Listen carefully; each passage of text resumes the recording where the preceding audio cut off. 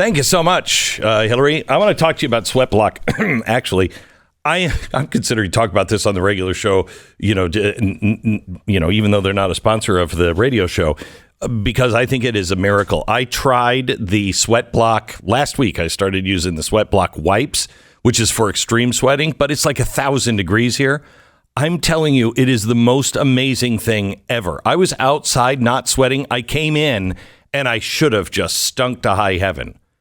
I smelled my shirt after I took it off, after it dried, and I took it off and I smelled it. There's like no odor. And that was like 4 days after I had applied the Sweat Block. It's truly amazing. The deodorant stick is good, but the wipes are incredible. Incredible. You can find them on Amazon, or you can just go right to sweatblock.com. Use the promo code Beck, and you're going to save 20%. So do that. Sweatblock.com, promo code Beck, save 20%. I'm telling you, if you sweat or you work outside or just going from the car to the house, you break out in sweat, try the wipes. They're incredible. Incredible. Sweatblock.com. Use the promo code Beck.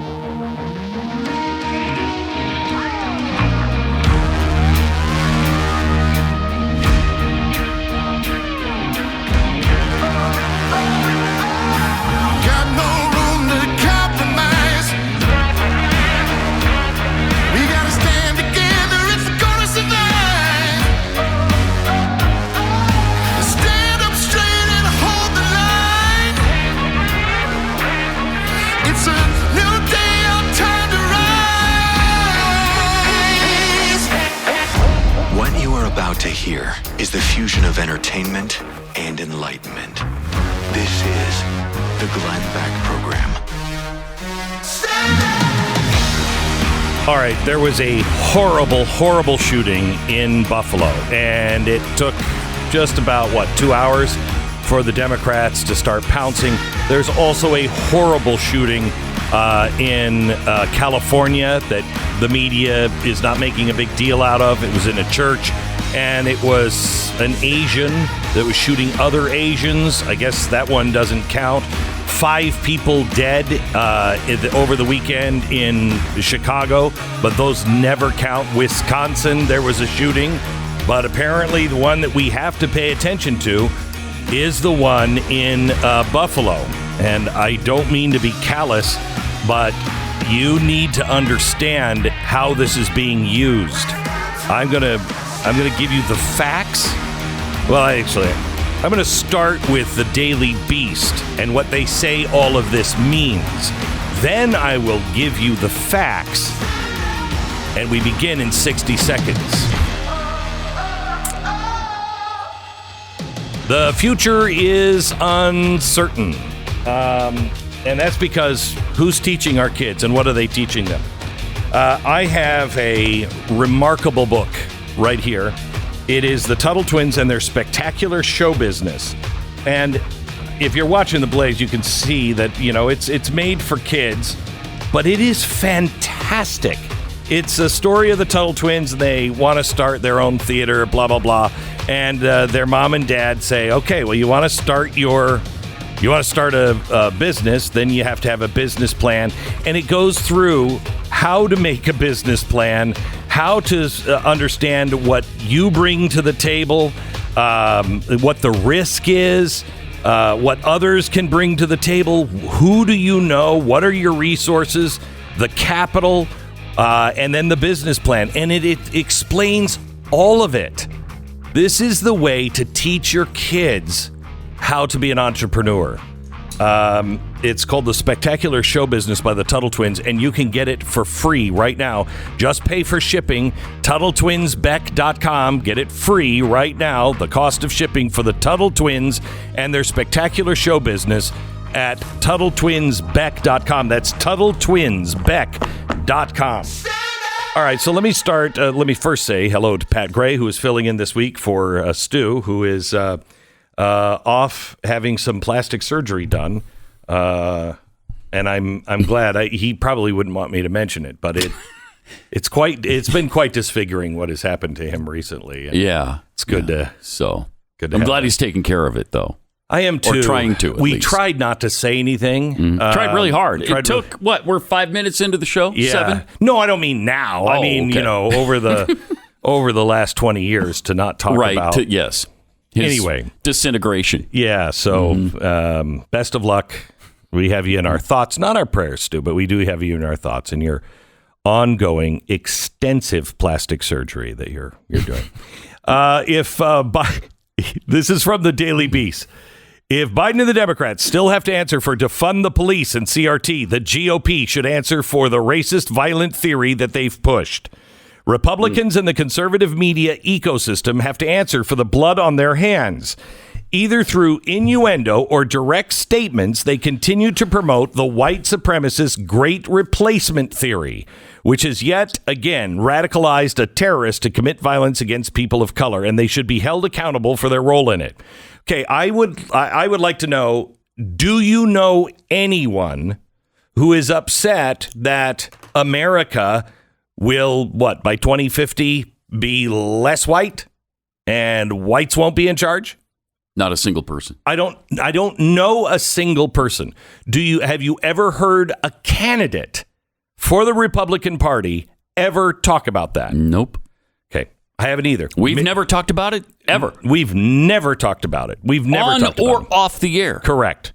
It is not an issue with the GOP. It may be the issue with some people, and it is an issue online, but that's not a GOP theory. That's a Nazi theory. That's a racist theory. That's a Democratic Klan theory. All right. We are still learning more about Peyton Gendron. This is from the Daily Beast, the 18-year-old suspected terrorist who killed 10 people. Suspected terrorist. I mean, he surrendered at the scene. Killed 10 people in a racially motivated attack in Buffalo. However, it is clear from his alleged manifesto that the Great Replacement theory, which is now a mainstream GOP talking point. What? No. It's a flat out lie. A complete lie. A talking point? Never. I've never heard it. Continues to radicalize men to commit violence. Yet some Republican leaders and conservative pundits continue to promote this hate for the sake of votes, profit, and ratings. Never mentioned. I don't know anyone in my industry that believes it and is promoting it. By the way, for those who are like, you talk about the borders. That's not replacement theory. That's chaos. That's what that is. Enough is enough until Republican leaders and conservative media stars, I think they're talking about you, Pat, could be talking about Stu, but I don't want to bring him up because of that horrible, horrendous scar that, anyway, unless the conservative media stars explicitly renounce this white supremacist conspiracy theory, condemn it, and disassociate from its peddlers. If they don't, it's fair to conclude they are entirely complicit with the message. Stu, Pat, do you renounce this white supremacist conspiracy? Yes. Do you condemn it? Yes. Will you disassociate from all of its peddlers? Completely, except that I never associated with them to begin with. I know, and I don't know who they are. I mean, if you can point them out, let me know. I don't know who they are. Journalists and reporters must repeatedly hound Republican officials with follow-up questions. Recall Democrats and President Joe Biden are still asked about defunding the police, even though it's not a mainstream DNC position. What? That is literally was a talking point. It was literally people ran on that platform. Until it became unpopular. Now, all of a sudden, it's like, what? We didn't say that. Who said that? I mean, this is crazy. Or about critical race theory panic, even though it was revealed to be a bad faith Trojan horse created by right-wing activists to incite racial panic and anxiety. Oh, my gosh. Oh, my gosh. This is crazy. Crazy. Okay, so let's now go into the facts. First of all, replacement theory is not a mainstream Republican theory. It is a racist theory. If you are afraid of another race taking over by 2050, you might want to discuss that with some people. And I don't mean people that think like you. Maybe you should call us and discuss it with us. Because you're wrong. What matters is the country being taken over by people who don't understand the Constitution and the way America was set up. That's the problem. Okay, last spring, as the end of the academic year approached at Susquehanna Valley High School outside of Binghamton, New York, students were asked for a school project about their plans after graduation. The guy who was shooting the supermarket up over the weekend said he wanted to commit a murder-suicide. He claimed to be joking, but the state police were summoned to investigate. They took him into custody under state mental health law. He had a psychiatric evaluation in the hospital, but was released within a couple of days. 2 weeks later, he graduated, fell off investigators' radar. He resurfaced over the weekend 200 miles away in Buffalo, where authorities say he opened fire at a supermarket in a predominantly black area, killing 10 people, wounding 3 others in the deadliest racist massacre in the United States history. You know, the one thing that I guess you could say is that social media is not paying attention and tracking everybody, nor is the FBI. Now, if you're brought in and you are threatening your students and murder-suicide, and you've published a 180-page manifesto, maybe we should look at that. You know, maybe we should. Maybe, you know, hey, we had a tip on this guy. Oh, look at the manifesto. But apparently that wasn't done, even though the state has red flag laws. Another gun law that doesn't seem to do anything because they don't enforce it.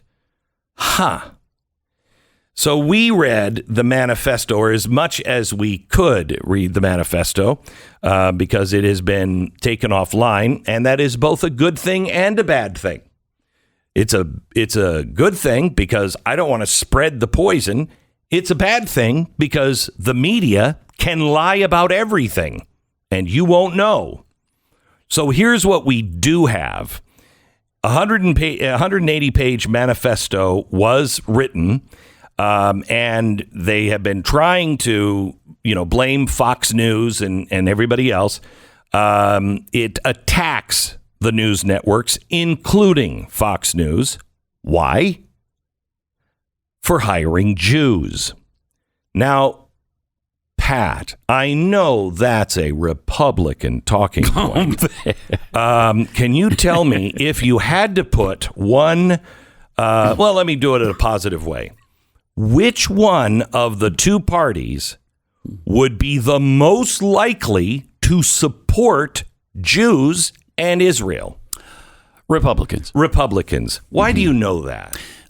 Because it is the Republicans who stand by Israel every single time. It's the Republican. It was a Republican president who moved the American embassy from Tel Aviv to Jerusalem. Well, that was just a dog whistle. Is that what that was? Yeah, that was just a dog whistle. Others have tried to link the shooter to right-wing politics, right-wing extremism. But here's what the manifesto says. Quote, when I was 12, I was deep into communist ideology. Talk to anyone. That sounds really Republican, doesn't it? Well, it's a talking point. Yeah.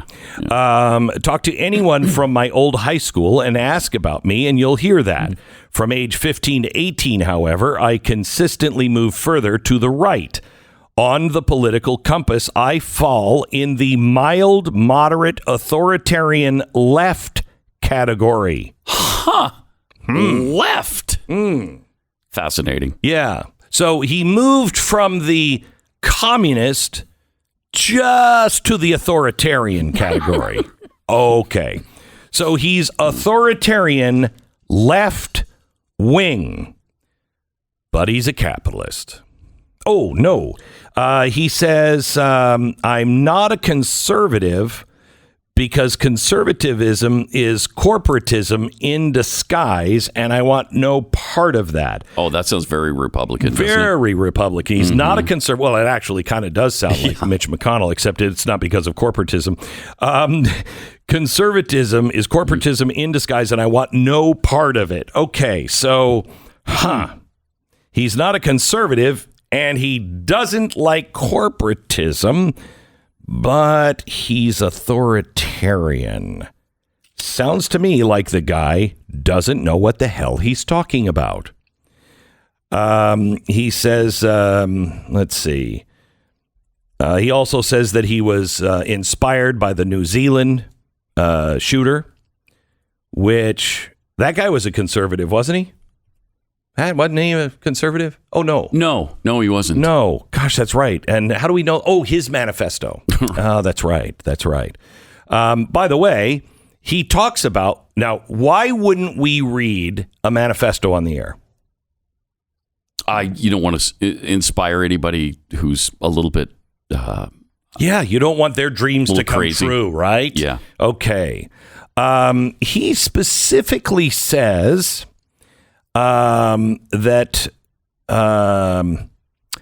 there are New York strict gun laws, which is going to make it easier to carry out attacks. New Yorkers are limited to 10-round magazines, and the crazy gunman says that means that others don't have enough bullets to, if they're armed citizens, to actually fight back. He then goes on to say his desired outcome from this rampage would be more gun control laws. Another really solidly Republican point. Right. And he says more gun laws because that would force white Americans to fight back in order to regain their rights. Heavily racist, authoritarian left, and his goal was to get more gun laws. Wow. We've got just a crack media, don't we? I mean, they are on it. Relief Factor. Mark writes in about his experience with Relief Factor. He said, I had knee pain for 15 years, but I started taking Relief Factor and my pain's gone. It works so well, I had my wife try it. She's a mail carrier. She had knee pain almost as long as I have. Her knee pain has virtually disappeared as well. So, yeah, the stuff really works. Listen, if you're dealing with pain, give Relief Factor a try. It's not a drug, but it was developed by doctors, and it has 4 different ways to attack inflammation and work with your body. And that causes most of our pain. 3-week quick start. It's developed for you, $19.95. It's $1 a day. It's a trial pack. Hundreds of thousands of people have ordered the trial pack, and about 70% of them go on to order more month after month. So try Relief Factor. Please get your life back. 1-800-RELIEF. 1-800, the number 4 relief. 1-800-4-RELIEF. $19.95, relieffactor.com. Feel the difference. 10 seconds, station ID.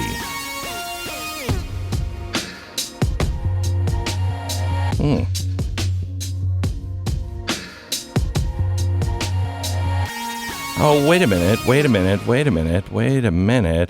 Oh, here's where you get that he was Tucker Carlson was instrumental. Yeah, look at this.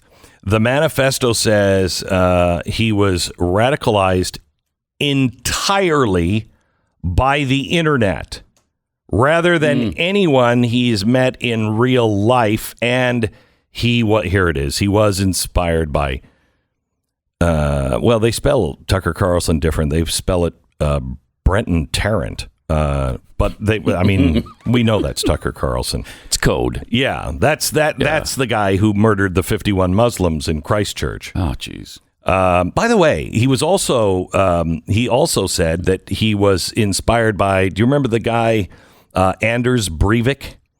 The guy in Norway. Norway killed what? 77 children. How did he kill 77 children there on that island. With a gun? Oh, that's right. But there was nobody else on the island with a gun, so nobody could stop him. Right. That's right. And then the 51 Muslims that were killed in Christchurch. How did he kill so many? Oh, that's right, because nobody guns. Nobody had a gun. Except for the bad guy. He did have one. Yeah. So. Wow. Wow. Okay, well, there you go. That's the truth about what's going on. And it took about 2-3 hours for the Democrats to start in. Adam Schiff was one of the first.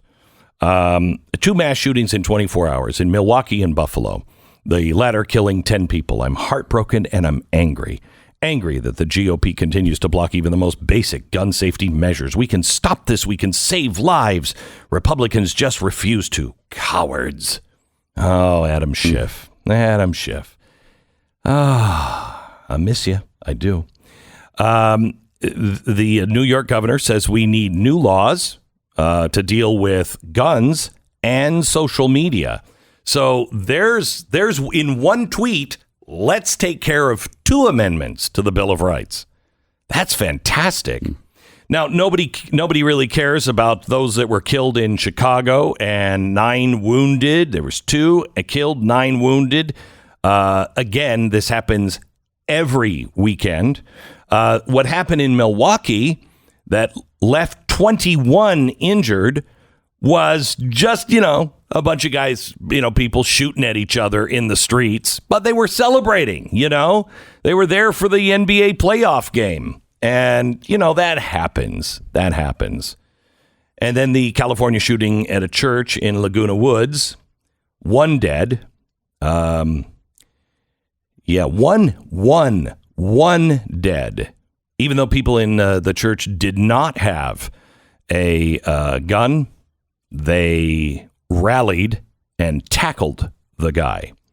The reason why this is not making any, a big news is because he was Asian, and the people that were in the church were Taiwanese. So was that China against Taiwan? I don't know what that is, but I thought this was important to tell you that Gavin Newsom came out and said, our thoughts are with the victims and all those impacted by this tragic event.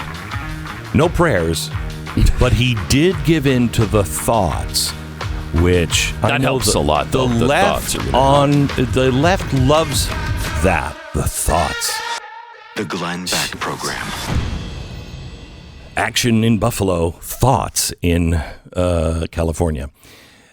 Recently found out the Biden administration is talking about using Veterans Affairs resources to help treat illegal aliens at the southern border. I'm not kidding. They are taking money from the VA, so they have money to treat illegal aliens. That's great. Could I maybe interest you in supporting our veterans? Since 9/11, the Tunnel to Towers Foundation has been supporting our veterans, our heroes, anybody who dies in the line of duty protecting us and our rights. If somebody doesn't come home at the end of the day or the end of tour and they have young children, Tunnel to Towers pays off their mortgage to lift the financial burden from the family. If they're catastrophically injured, Tunnel to Towers builds mortgage-free smart homes so they can have independent lives. And Operation Home Base now is providing tiny homes for homeless veterans. Please donate. $11 a month makes all the difference in the world. Donate now at T2, the number 2, T2T.org. T2T.org. Check out Glenn's latest book, The Great Reset, right now at glensnewbook.com.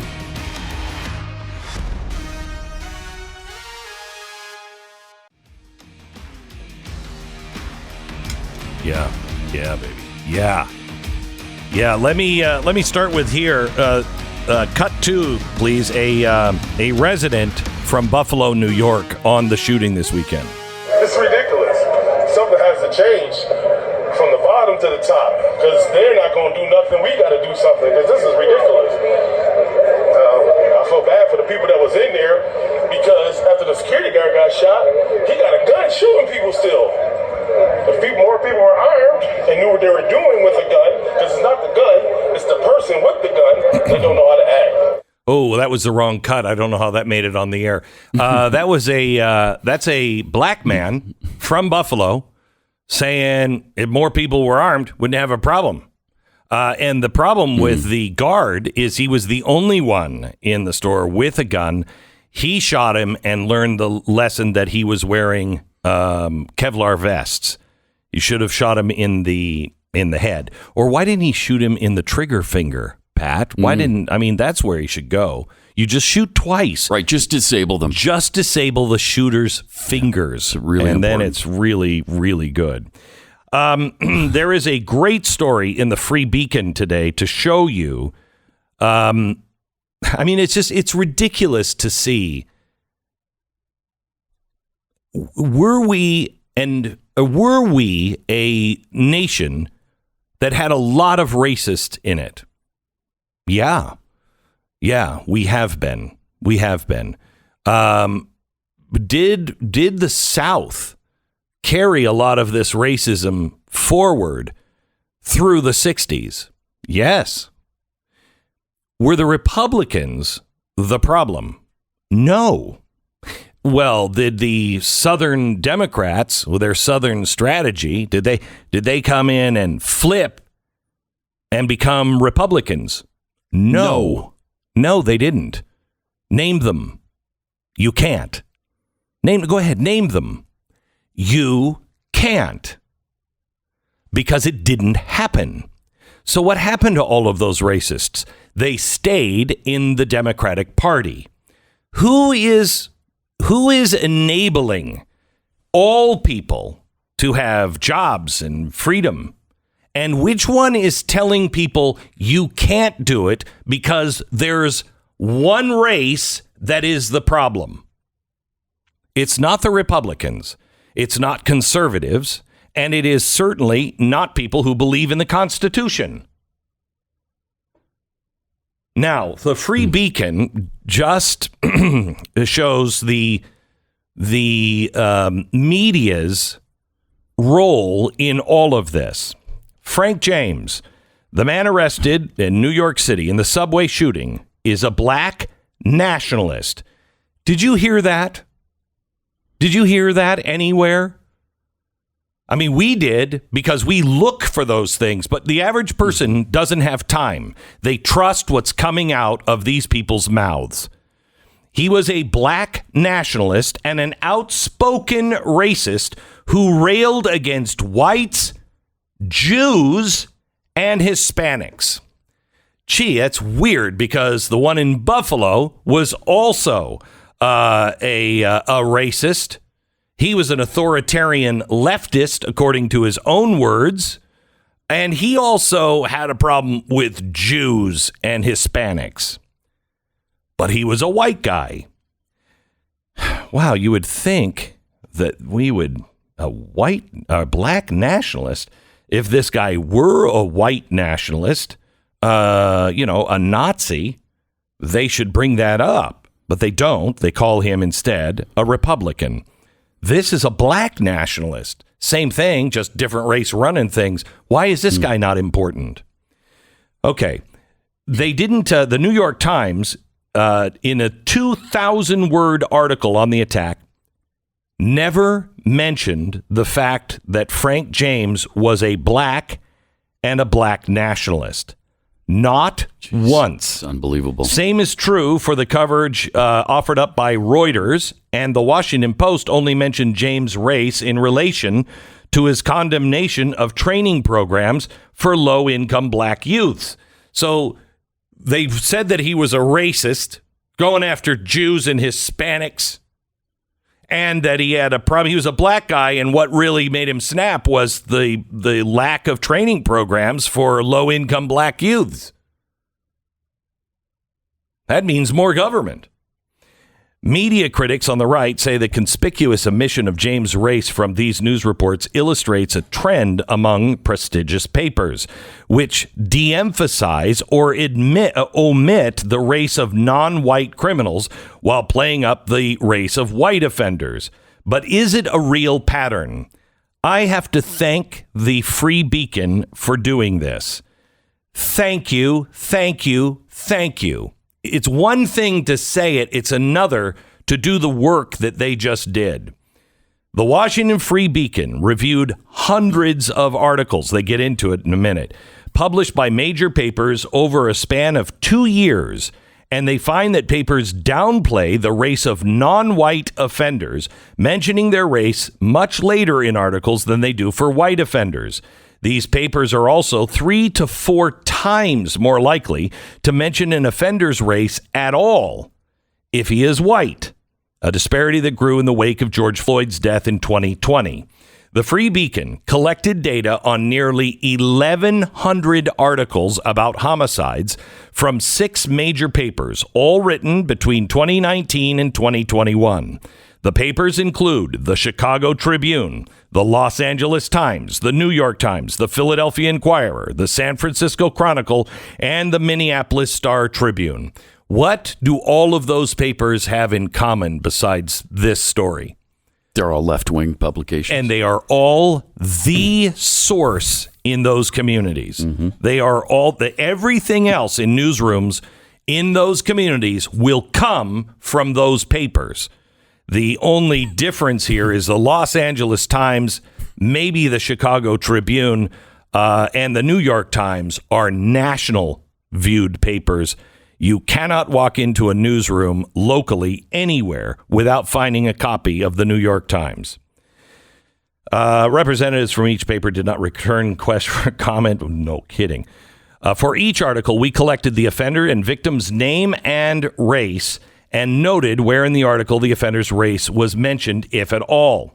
The data suggests an alarming editorial trend in which major papers routinely admit information from news reports, presenting readers with a skewed picture of who does and doesn't commit crime. This was done, by the way, in Germany. This is done in every place there's ever been atrocities against a race. You highlight the race of, let's say in Germany, Jews, and you don't highlight it for everybody else. Once you highlight it for Jews, now everybody's like, well, they're the problem. That's what's being done now in our country. And which side of the aisle is promoting this? These editorial choices are part and parcel with the racial reckoning that swept the newsroom in the wake of Floyd's murder. The papers are far quicker, this is what they found, far quicker to mention the race of white murderers than black. Those two races account for 92% of mentions in the data, so others are not shown. Half of the articles about a white offender mention his race within the first 15% of the article. So 50% of all articles about a white perpetrator mention it in the first 15% of the article. In articles about black offenders, by contrast, mentions come overwhelmingly towards the end of the piece. 50% of the articles that mention a black offender's race do not do so until at least 60% of the way through. And more than 20% save it for the last fifth of the article. To measure these choices, blah, blah, blah, doing so permits an estimate of how often journalists highlight an offender's race or don't. Again, the skew is startling.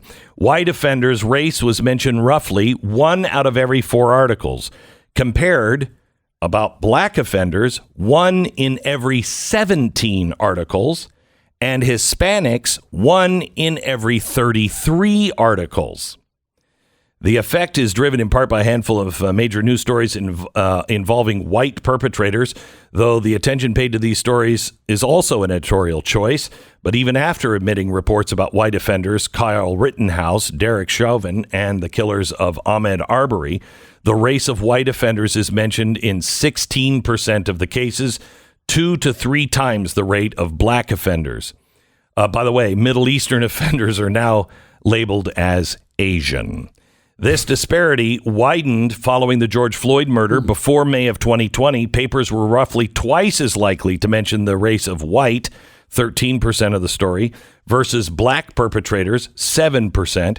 After May 2020, the numbers were 28% and 4%, a ratio of 7 to 1. The newsrooms are doing what they call moral clarity. They're looking for moral clarity and racial justice. So writing a news story, you're not objective anymore. You can't be objective. It's wrong to be objective.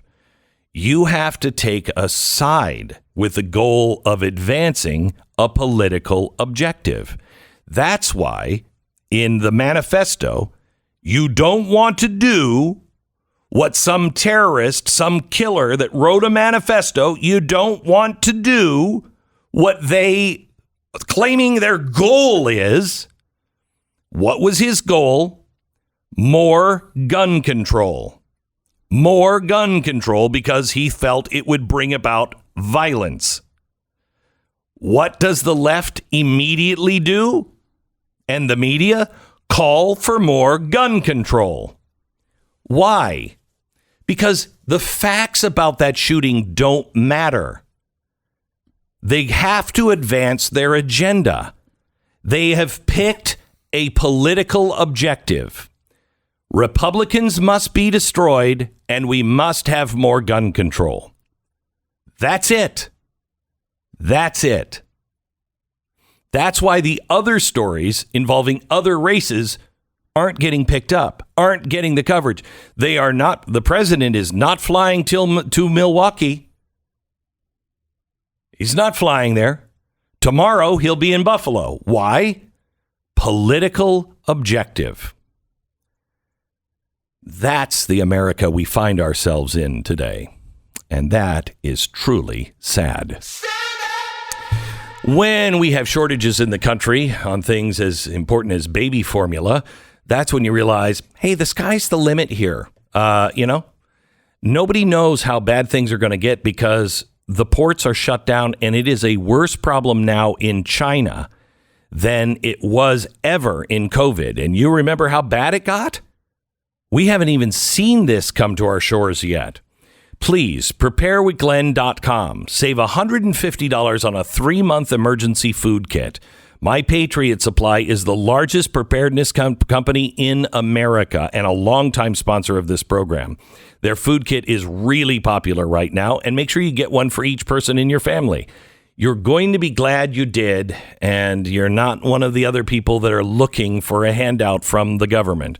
Preparewithglenn.com. Orders ship fast and arrive in unmarked boxes for your privacy. Preparewithglenn.com. Don't wait for the world to get worse. Preparewithglenn.com. Do it now. Stay informed. Sign up for the free newsletter today at glennbeck.com.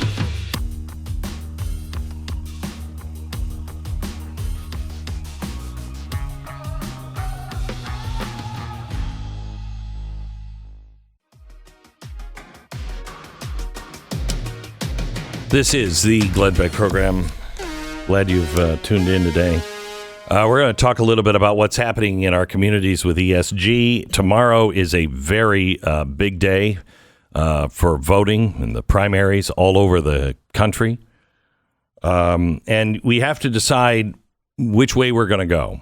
We really, as a nation, you have seen what the left has planned. Are we going to continue down this road? You know what really kills me is how many people are just willing to go, yeah, we got to get used to it. We just got to get used to it. I guess, those days are gone. We just got to, what? What are you talking about? Well, I don't know what we're going to do about the baby formula thing. Oh, okay. Well, let's just wait for the government to fix it. Good luck with that. Yeah. You know what the government, the baby formula, the reason why is apparently the FDA just can't get out to check the plant. Yeah. They had to sterilize everything, and so they did, and they're waiting, still waiting. And the FDA is just, man, we got so many things to do. I just don't know when we You would kind of think that's a priority. You'd think you could get them on a plane today. Yeah. I mean, the day you find out we have a shortage, the president calls the FDA and say, what's going on with that? Get over there. Get there. Open it up today. It's going to take 10 weeks from the time they give the okay. It's 2 weeks to get the thing started, and then it's another 8 weeks to get it on the store shelves. So we're 10 weeks out. And they're still screwing around with... Yeah, and it was done in January. Yeah. It was done in January. We wouldn't have had to have any of these problems.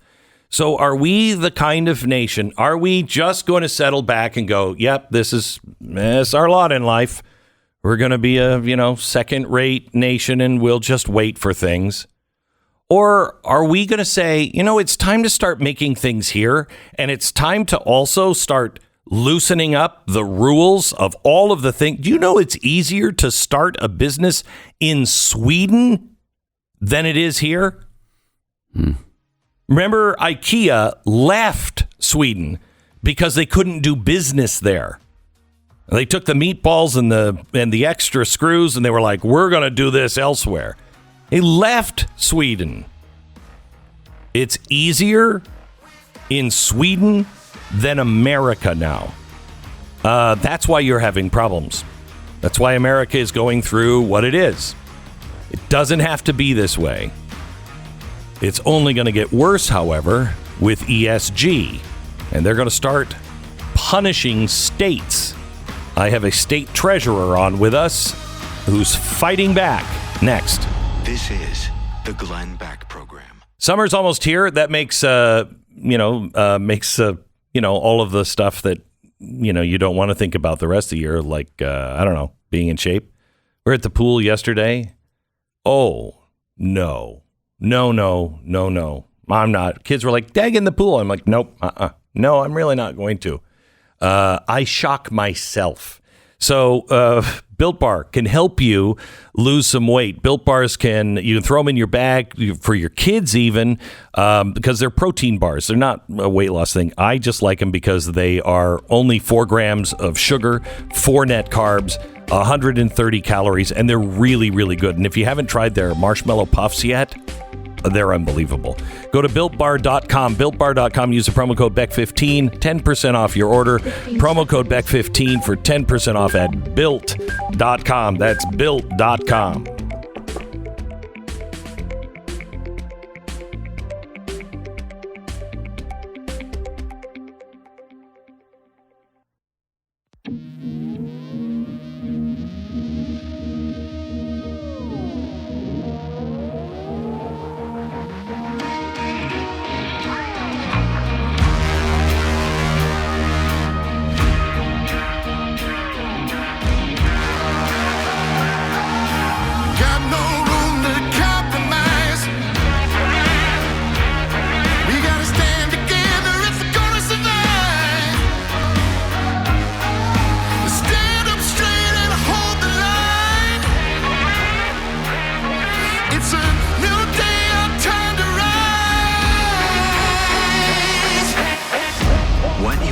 To hear is the fusion of entertainment and enlightenment.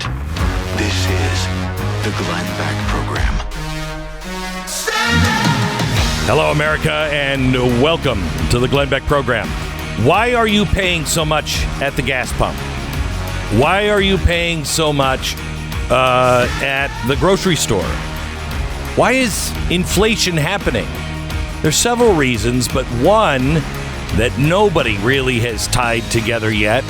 And we have an expert in finances and somebody who can explain all of this in 60 seconds. Jody has written in about her experience with Relief Factor. She says, I am so grateful for the experience of relief. The majority of my upper back and neck pain is now gone. Something that is non-prescription and non-addictive. Thank you. I like the only side effects are positive ones. This is the key to Relief Factor. And Jody, I thank you very much for your email. Relief Factor was created by doctors. It is usually the thing that everybody tries the very last thing, because you're out of option. When you're living with real pain and nothing cuts it, and then, if you get prescription drugs, you're like, I don't want to live my life that way. What do? Relief Factor. Please just try it. 3-week quick start. Developed for $19.95. Hundreds of thousands of people have ordered Relief Factor, and about 70% of them go on to order more month after month. I'm one of those people. It works. I take it 3 times a day. ReliefFactor.com. ReliefFactor.com. 1-800-4-RELIEF. 1-800-4-RELIEF. ReliefFactor.com. I'm thrilled to have a real ESG warrior in the studio now. Marlo Oaks, he is the Utah State Treasurer, and he gets it. He is on our studio lot here, meeting with other state leaders from all over the country, meeting with the Heartland Institute regarding ESG. His name is Marlo Oaks. Marlo, how are you, sir? Great. It's good to have you here. Good to be here. Thank you. So, your background is investments. Yes. Right? And in 2008, your firm fared really quite well, did it not? Yeah. Mm-hmm. And that was why? Well, it was different strategies that we had in place. And really, what's interesting is we looked at the market indicators. We had some indicators on market-based information around the housing market, and we're able to avoid some investments. And the housing market went up, and this is important for people to understand. The housing market went up. It wasn't called this at the time, but it was social justice, was it not? Correct. Yes. Tell me, explain that. So essentially, the government decided that owning a home was a human right for everybody in the United States. Everybody should own a home. And so we are going to twist the arm of banks to provide more capital. Correct. And you can't open up new banks in other areas unless you provide more home loans for these people in this disadvantaged area. That's right. Right. That's right. And so all of this money floods into the housing market, creating all of these different securities, right? And ultimately, it was too much capital. Underwriting standards went down, right? Mm-hmm. And what was the result? It almost broke our entire system. Correct. Right? And so when we start messing with markets, we are creating huge problems. The misallocation of capital, either too much capital or not enough capital, it creates problems. And that is the key. And I want you to know there's a new study out that shows that 55% of the population is now aware of the Great Reset and ESG and have an opinion on it. It is the least popular. I mean, it's wildly unpopular with all three, but it's the least popular with independents, then with Democrats, and the trail is Republicans because they say, we're not going to get involved in the free market. This is not the free market. No, that's right. And I'm really glad to hear those statistics because I've told people this transcends partisan politics. Mm-hmm. If you care about the United States of America, you will be against ESG. This is not free market capitalism because free market capitalism is allowing capital to go where it would naturally go. In 2015, there were 59 oil and gas funds raised globally, $46.6 billion. In 2021, there were 11 funds raised globally, $4.6 billion, a drop of over 90%. And the reason is because ESG investors, we have a group of entities, financial entities, that have signed on to different initiatives globally that are saying we have to reduce carbon emissions to net zero. And with that goal, then they are now cutting off capital, refusing to give capital where it is most desperately needed in this economy, and that is in the oil and gas industry. And that's a huge reason why we have inflation in gasoline prices. And this is where governments always screw up. They always screw up. They are saying we want to reduce to carbon zero, so we're sending this out to the oil and gas industry. And that message has gone through the banks and through investors. We're not going to invest in you for finding any more oil and gas. You're not the future, right? Yep. And then the next in line there sees, oh, oil and gas is not the future, so I've got to build electric cars. Yeah. But nobody's talking about how fast this is happening and where we're going to get all of the electricity in the transition period. Right. And what are we transitioning to? We say, okay, we've got to get off oil and gas. Okay, that's fine and dandy, but where are we going to get our power? Yeah. Right. And electric vehicles don't power themselves. No. They have to get the power from somewhere, someplace, right? If we would, I would be for not ESG, but I would be for the switch over if it was cleaner. If we were doing, let's say, combined with, we're going to build no nuclear plants. Yeah. So we had enough power to do it. Well, where is the market, right? Correct. That's what we're getting away from, which is so dangerous, right? Free market capitalism is essentially economic freedom. It's the ability for you and I to make our own choices about what we buy and sell. Okay, so you are trying to get people to understand in Utah, this is extraordinarily dangerous for them. Yes. Why? It bypasses our legislative processes, right? So because the Great New Deal wasn't able to get through Congress, that didn't stop them. They're going through ESG, through corporate America, which bypasses a legislative process. So, and run against the Constitution. Absolutely. Yeah. It undermines the Constitution. And ESG is fundamentally coercion. If you think about socially responsible investing, that's the idea that I'm going to avoid certain industries because I don't want to participate in them. That's fine. That's your constitutional right. Impact investing. I'm a huge fan of impact investing. That's where you are looking for a solution to a problem. It's about funding innovation to find solutions to our biggest challenges. ESG is neither of those things.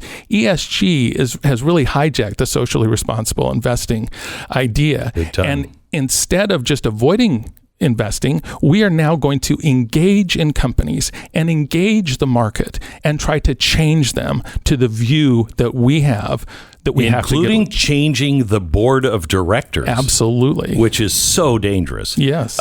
So you're on the E for energy, for ESG, or ecology.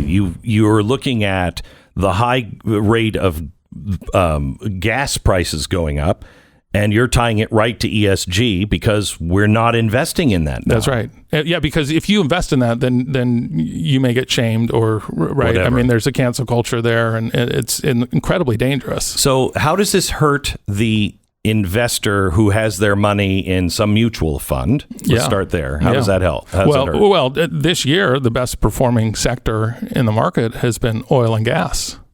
And you're out. And you're not participating in it. Right. So you are, by definition, over time, if you are excluding a sector or company or whatever it is, right, you are either, over a business cycle, you are either going to have higher volatility, lower returns, or a combination of both. And this year is a perfect example of what happens when you don't invest in oil and gas, because it is the best performing asset class. Somebody has to look at these funds and see if because there's fiduciary responsibility. Absolutely. They can't just do this if it's not performing at least as well. Right. But I can't imagine how it is.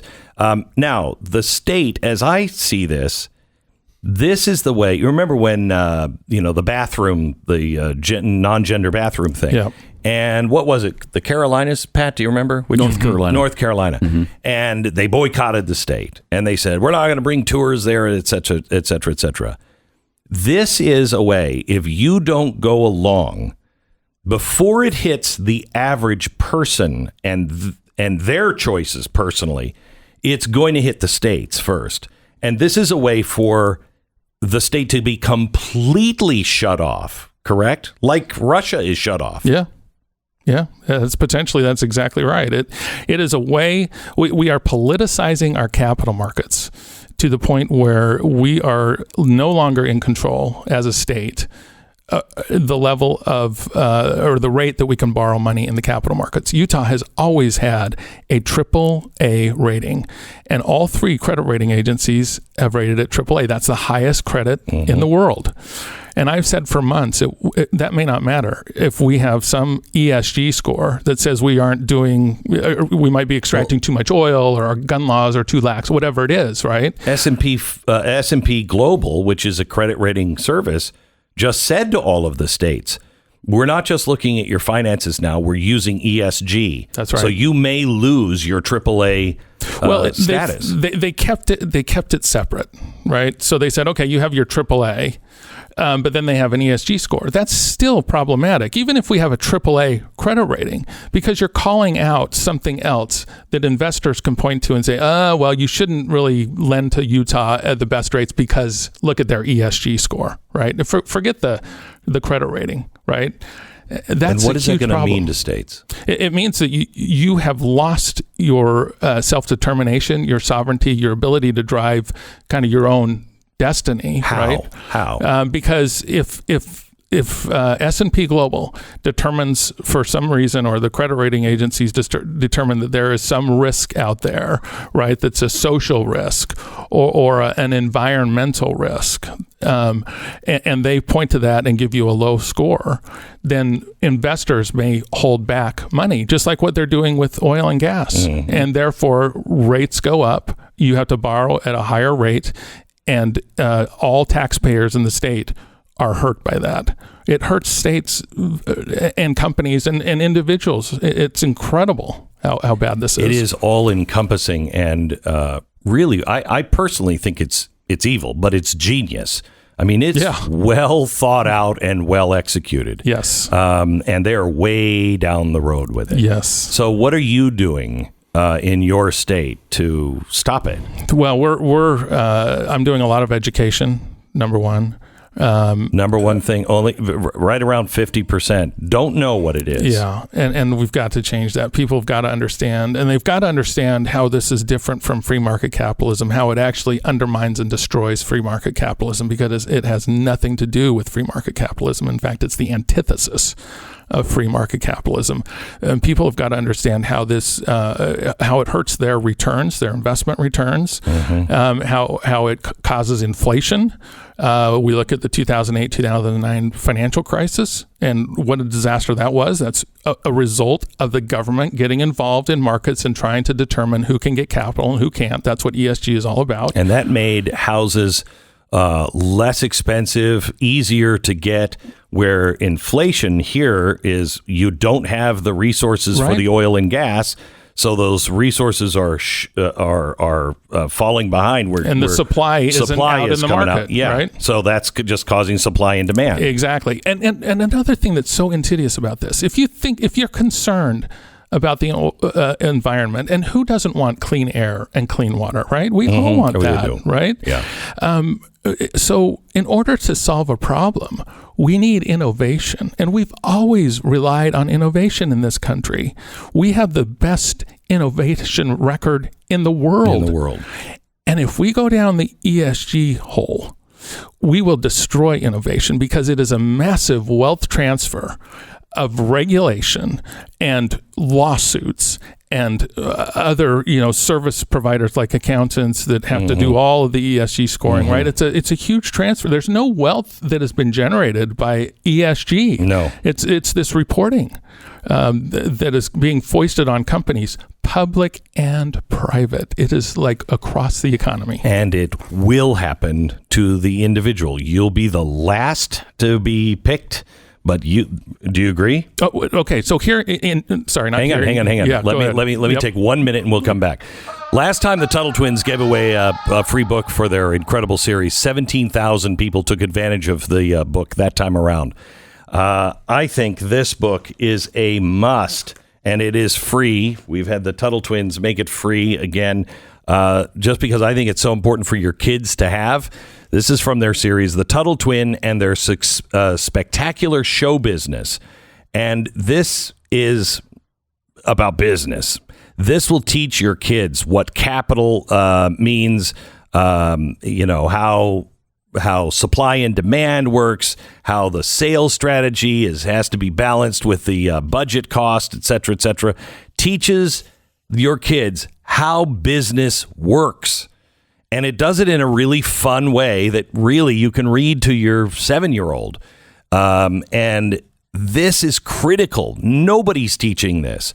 You can get this book for free right now. Tuttle Twins and Their Spectacular Show Business. You'll get it for free. Just pay for the shipping. TuttleTwinsBeck.com. TuttleTwinsBeck.com. Just for the cost of shipping. TuttleTwinsBeck.com. 10-second station ID.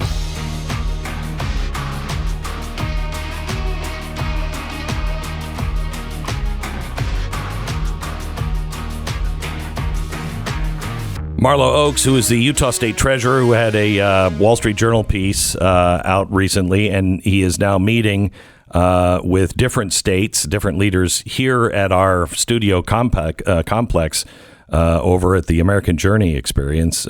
He's meeting with the Heartland Institute regarding ESG. Okay, so we were talking about how this is going to affect the average person. Yeah, so we have a co-op power company. The co-op meaning there's 5 different cities in Utah and Nevada, right, that have this co-op power company. And recently the insurance broker was approached by the current insurance underwriter for automobile insurance of the fleet vehicles. And they said, we are no longer going to underwrite the automobile business of the co-op. And they said, well, why? Because it is coal-generated power. Even though the cars aren't. Yeah, You're right. Okay. And so that's where we're going, right? I mean, I tell people this. This is like putting economic sanctions, American companies against American companies. You see this in war, right? Mm-hmm. In war, you do economic sanctions against other countries. Now we have American businesses doing it to American businesses. It is crazy. And of course it's going to filter down. They have to control our behavior in order for us to get to the net zero. I mean, it is insane. I'm sorry because I'm so ignorant on this. Wouldn't the Commerce Clause have something to do with this? The government is supposed to make sure that commerce flows freely, and that's not what this is doing. No, that's right. In fact, it is really substituting our pluralistic institutions. When what I mean by that is the market is our most pluralistic institution. Correct. Because we have individual players, individual people that participate in the market, all with a different view about the future. And we are trying to conform everybody's view to one. Right? To converge that view to one outcome. And that destroys the pluralistic system that we have and leads to centralized control. So, Marlo, we've got about 90 seconds. What can people do, or what can people do? Well, number one is that we've got to get money out of the big institutions that are driving this: BlackRock, State Street, Vanguard. Those institutions have consolidated so much power, and they've essentially hijacked passive investing and made it active to drive this agenda. So if your money is in one of those, you try to get it out. Yes. Okay. And that includes talking to your company. If they have a retirement system at your company, you've got to tell them that you do not want your money politicized, and that you've got to have your money managed for a financial return. Number two is if a business is doing something that you consider offensive, like politicizing things, right?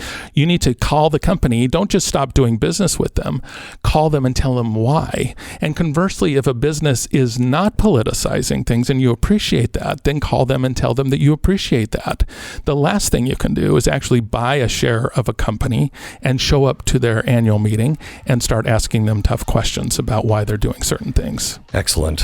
Marlo, thank you very much. Thank you. I really appreciate it. Keep up the good work, and if there's ever anything we can do to help, the people need to know what it is, and we need strong leaders like you that will put it through. Well, thank you, and thank you for your help in educating people on this.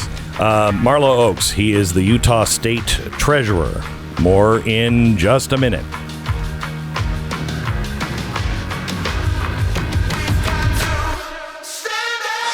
the Glenn Beck Program. Today is National Do Something Nice for Your Neighbor Day, or something like that. Every day is something.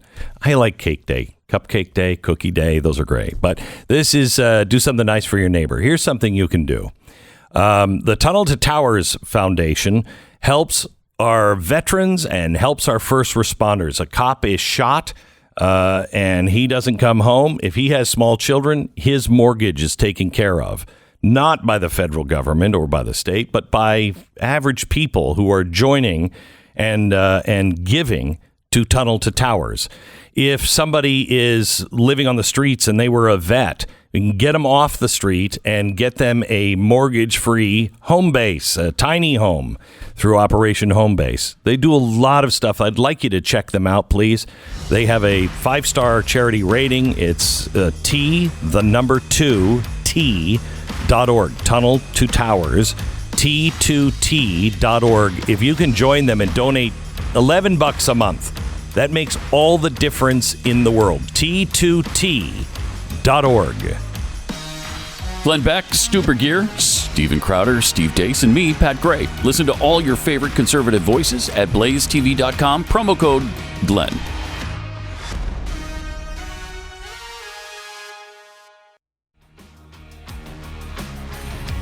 This is the Glenn Beck program. Right across the Brickyard here at the studio complex here in Irving, Texas, we have something called the American Journey Experience, and it's run by Mercury One, and it is our history and education center. And we do education with pastors. I just spoke to about, I think, 60 or 80 pastors just a few weeks ago. We were educating them on, American history and how important their role is. We do students. In fact, we have the American Journey Experience Summer Institute, which is, I believe, 18 to 25-year-olds. It's a hands-on experience to study original historic documents. You'll get specialized teaching and instruction, and the opportunity to really understand the American system and who we really are. You'll also learn how to question. That's where we start, is just what do you think you know? And it's phenomenal. And I think this is just 1 week. 1 week sessions. The first session is June 20th to the 24th. Session 2 is July 18th through the 22nd. And you can have your 18 to 25-year-old apply. Not everybody is taken. There is some hurdles that you have to cross. AmericanJourneyExperience.com/Summer Institute. For college age people, it is the AmericanJourneyExperience.com Summer Institute. Just go to the AmericanJourneyExperience.com and you'll find all of the instructions there. Barbara Ehart is with us. She is over on the Brickyard at our education center now with a bunch of people from all over the country, right? That are state representatives and senators, state senators from all over the United States. Right. This is awesome. And I wanted to bring you in, and you fought against it, but I wanted to bring you in because you and Gayanne DeMordant were phenomenal up in Idaho. I mean, real ESG warriors. And I have said, are you up for re-election by any chance? I am. Okay. I've got a challenger tomorrow. Tomorrow, really? Tomorrow. I have said everyone needs to know where your candidate stands on ESG, and if they're not warriors, then they should not be in office. This is so critical that we rid ourselves of ESG at the state level. And Barbara, you and Gayanne were. Is she running for re-election? She is. She's got a ridiculous challenger too. So, jeez. Okay. Yeah. All right. So, how about Sage Dixon. Is he running? He's running, and he's got a challenger. Oh my gosh! So. Please, get these things done. The senator, the other one was Senator Steve Beck, who is phenomenal. He has decided to retire, and it's a great loss to the Senate. Yeah, he was fantastic. But you guys were the warriors on this. Now tell me where it stands, because we didn't anticipate the banking lobby coming in. Wow. Yeah. It, what people don't understand, and you had mentioned it right before you had come, you came in to meet with us, to meet with our leadership. And, it was, our people were fired up, and part of what we are doing is we're all learning about ESG and getting that legislation out there. As the legislation we had wasn't quite ready for Idaho. A little time passed and we were getting up against the end. And so then we had, some of the bankers come out, and they don't understand what's going on. It's so much like all the other legislation that goes national, whether it's legislation I've written, that people come out with their talking points, and that's what they think it is. And so we just didn't have the time, I believe, to educate them. And it's, the gentleman whom you just had on from Utah, he has done a phenomenal job educating his bankers in Utah. And we are going to work to bring him to Idaho to help with our bankers, because, sometimes they need an authority that speaks their language, right? And that's what we're going to, and he was awesome. That's why these treasurers are so important, because if they're good, they've come from the business world, they've come from the banking, financial world, or the investment world, and they can explain it and speak the language. That's what we're going to do, so that they can be mano a mano speaking that language to get them on board. Weren't you the one? Was you the first in America to pass or bring the legislation to protect girls' sports? I was. We did that in Idaho in 2020. I was, the author, the one to promote the fairness in women's sports, and now I've been able to help as 15 other states have been able to pass it. I've testified personally in 3 states or 4 states over the last 2 years, and 20 or 30 via Zoom, and it's been a phenomenal experience there, Glenn, just to see people stand up and protect something so basic as the fact that girls and boys are different. I mean, it's truly crazy. I mean, if you want to be a boy on a girls' team, fine, then there needs to be a special category for you. Right. Girls cannot, if they were playing football, every dad of the boys, every dad would be on the sidelines going, hey, she's getting hurt, because you cannot take on these huge boys. No. They're just different. Oh, and some of the mantra that the left is using, it amuses me, and I use it now in my testimony, that, it's about the humanity and the community and the inclusivity. And it's not about that at all, because if it was, then players wouldn't get cut and coaches wouldn't get fired. It's about winning. It's about winning. So it's simply... we're not, but we don't... it's so funny. Texas is very different. When it comes to football...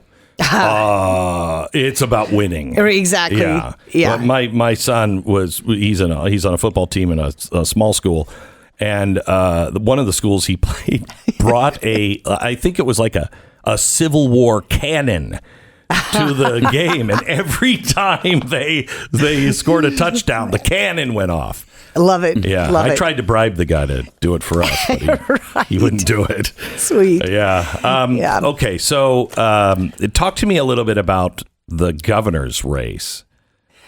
It's to be quite honest, that race it's been pretty contentious, and my race, Glenn, has been just busy enough, and I've had to deal with a lot of mistruths, so I've really been enamored in mine. I am... Can I just ask you this? Yeah. Here is my impression of Governor Little, right? He is our governor. Yeah. Wow. Not necessarily good. He was. Do you know him at all, Pat? I don't know him. Yeah, but you know I know of him. And he said to be on ESG yesterday. I didn't know anything about it, but I called one of my friends in the bank, And I think I have last night, and I think I have a pretty good handle on it. Yeah, I bet he does after calling his friend at the bank. Yeah, bet he does. I said, "Wow, it took us 2 years to be able to do that." So, well, heaven knows if Governor Little is our governor, then we're going to need him to get this ESG stuff passed too. So whoever our governor is, I know you're for whoever wins. I am for whoever will help us advance and get this passed. Because one thing you said to us, Glenn, and the gentleman, Mr. Oakes, that you had on here, he can speak this language with you inside and out. It is a little bit complicated. So you're right in what you just said, and it's taken me reading and I don't even know what you know. Gay Ann, for example, got your Great Reset and immediately started listening to it. She told me she listened to it like 4 times and was starting to really understand. And that's what I'm working on. But the one thing I understand, and this is a language that I understand more than anything because I love America. I understand that it is the reconstruction and the deconstruction of our Constitution. That alone tells me and should tell everyone who loves this country that's wrong because you don't even know what the new government will be. So, but you're not going to be in charge and you're not going to have your rights. So people, you've got to speak up. At the very least, understand that our Constitution will not be the rule of law. Thank you so much for everything that you are doing. And I appreciate you left the meeting and came over. And I know it was against your will. You were like, I don't need to be on the air. I don't want to be on the air. I appreciate that. Right. No, thank you so much, Glenn. This is awesome. Thank you. And thanks for the work you do. Yeah, thank you. Okay. All right, back in just a second. First, let me tell you, by the way, we have the mom on of the kid. I think it's in Colorado. Of the elementary school kid that was told by a teacher, hey, you should join this, gay, lesbian, bi, trans, whatever, club that we're having. And in the club, hey, don't share this with your parents. And the girl was told that if she's not completely happy with her body, and let me just leave it there.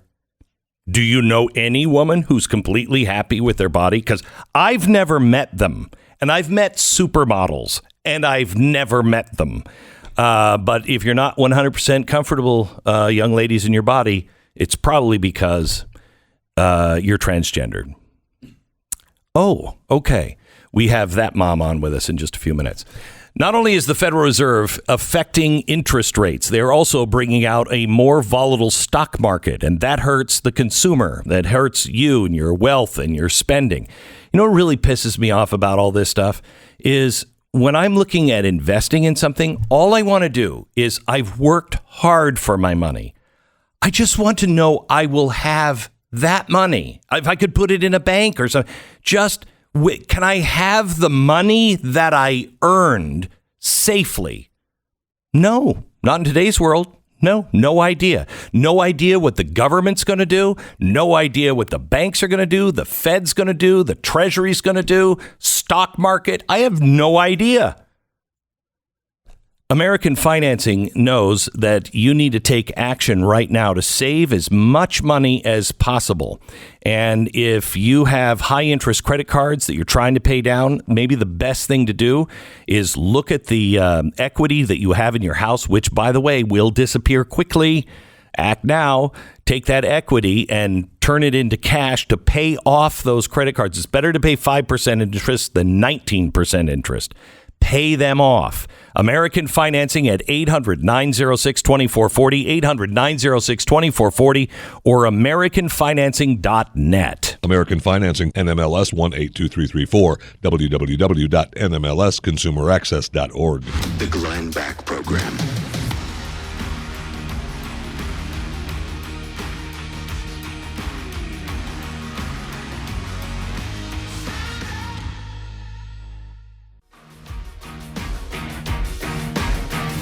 Welcome to the Glenn Beck Program. Oh, my gosh. What a day. What a day. Pat Gray is sitting in for Stu, who is having some really extensive plastic surgery done. Yeah. We didn't want to say anything, and because tried not to. It's actually, but because it really bothers him, his eyes and nose. cheeks, flappy chin, skin yeah. underneath. Mm-hmm. But double chins, triple chins. But we hope that it is.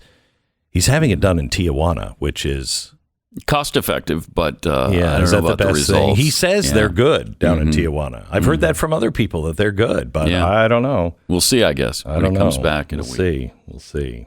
So, I will tell you that I was inspired this weekend, sincerely inspired, at the climate change summit.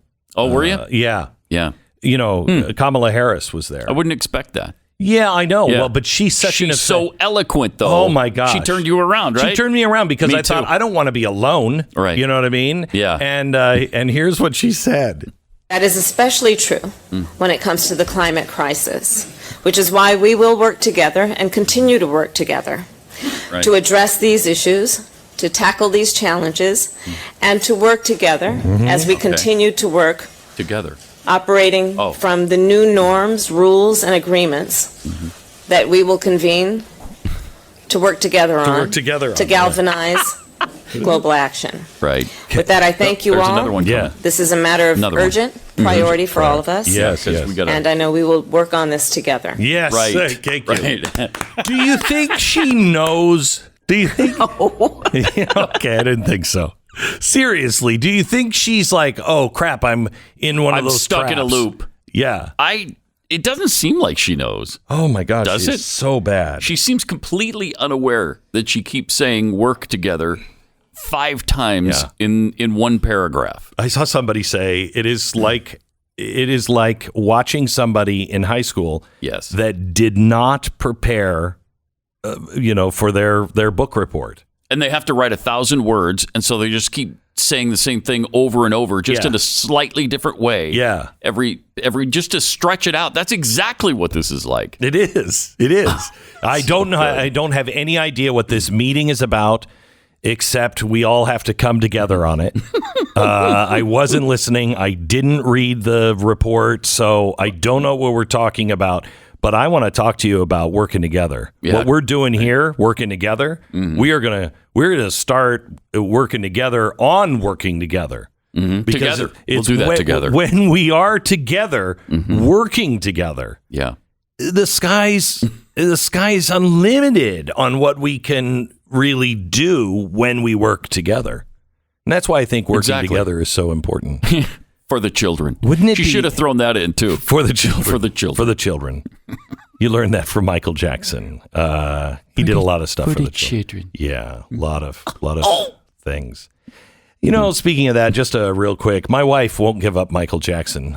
She still listens to Michael Jackson from time to time. Really? Which has made me, I've checked her closet from, I'm just like, are there any children in here? What's going on? And hopefully the answer is no. The answer is no. children. No children. No children. But do you listen to them together? Do you work on that together? Sometimes we work on it together. Yeah, we're working. Good. We're working on the Michael Jackson thing together. But I just happen to, happen to hear "Keep It in the Closet," and I kind of question all of us. How we knew about the closet that was a little plaything with the Jesus juice and the little kids. And then he wrote a sexual song about keeping it in the closet. And I think I should have bet on another country at that point. At that point, we should have said, yeah, America will collapse. Just not smart enough. Just not smart enough to figure things out. And this one is an easy one. That's God saying, guys, if you can't figure it only gets harder from here. This is the Glenn Beck Program.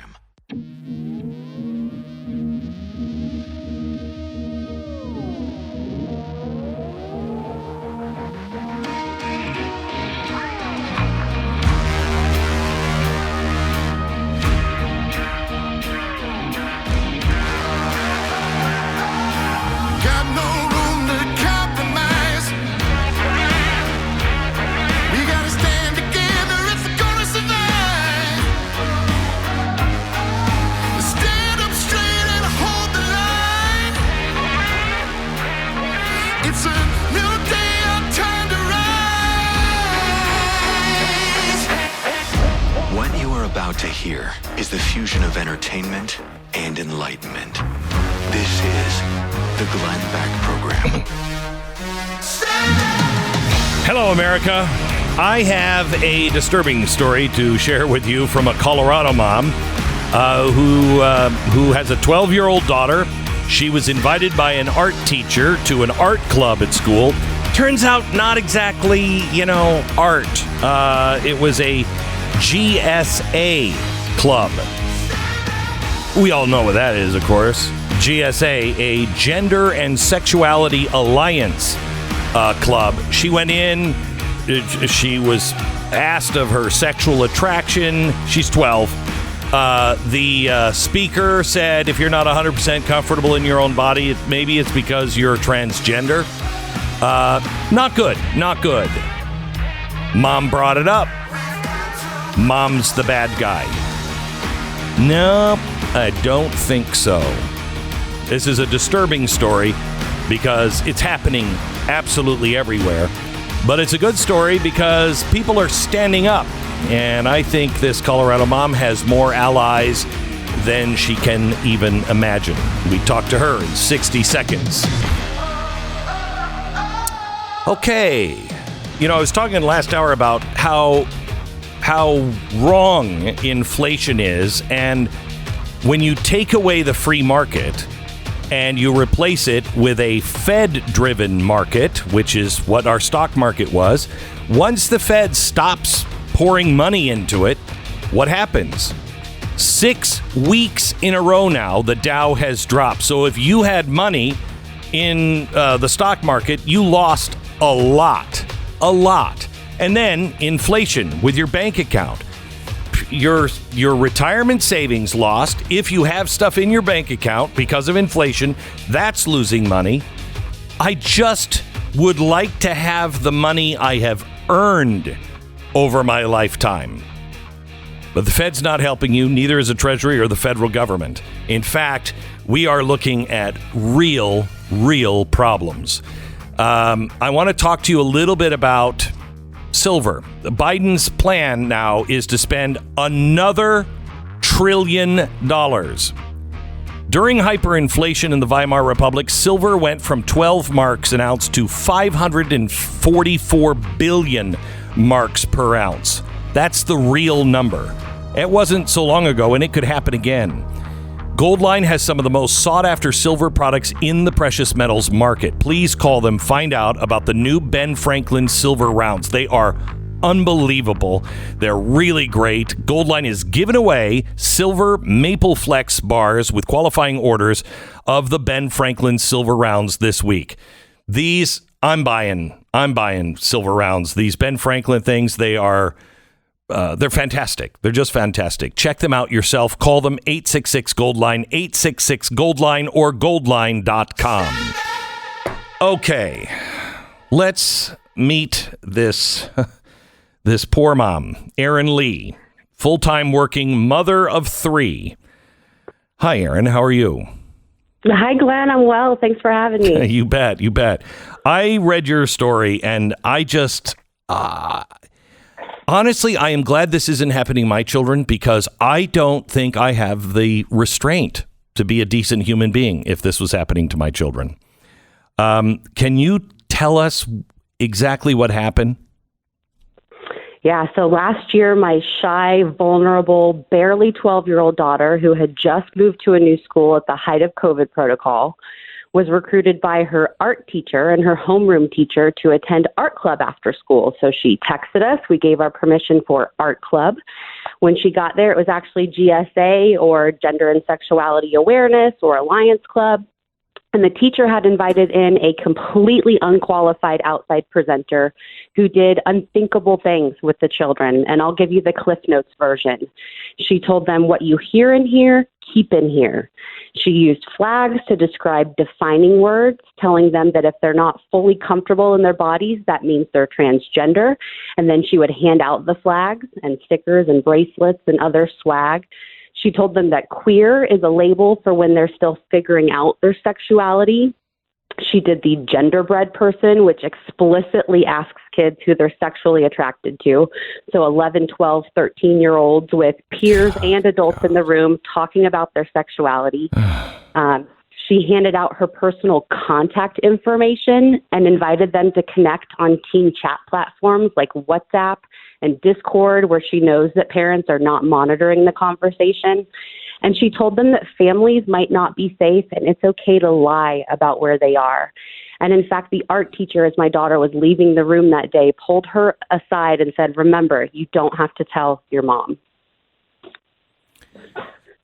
Okay, so what happened? You bring this up. I've seen the emails. What has happened? So thank God my daughter got in the car and I could see on her face when I picked her up that something was wrong. And so we probed, and we're really fortunate that she told us what happened. We've seen all kinds of horror stories about teachers and presenters like this leading kids down this transgender path, leading them into medical transition. So we're lucky we caught it right when it happened. Heavens. Somehow remained calm enough to follow the appropriate channels. I mean, we were livid. We were confused. We didn't even believe this was real at first. So our first step was to contact the woman who gave her personal information to my child. And her response was delusional. It doubled down on everything that she did. So we demanded a sit down with the principal, and he confirmed that this, in fact, happened in secret, that they always hold this meeting in secret, because as a public school, they have to offer children a safe space. So essentially a safe space from their families. We took it to the school board. They ignored my pleas for months. When I finally got a sit down with the board member, it turns out she's best friends with the woman who came into the classroom. Oh, my gosh. She volunteers with her organization. This woman has an organization called Skittles for kids 5 to 11 to talk about their sexuality and gender identity. And our school board member volunteers with Skittles. So we realized, and again, those FOIA emails showed that they immediately colluded. When I objected to what happened, they immediately colluded with the school board to keep me quiet. They referenced parents who find out as barriers that the school board has removed. They talked about sending social services into my home because I didn't like what they did with my child. Right, this is really, this one is so far.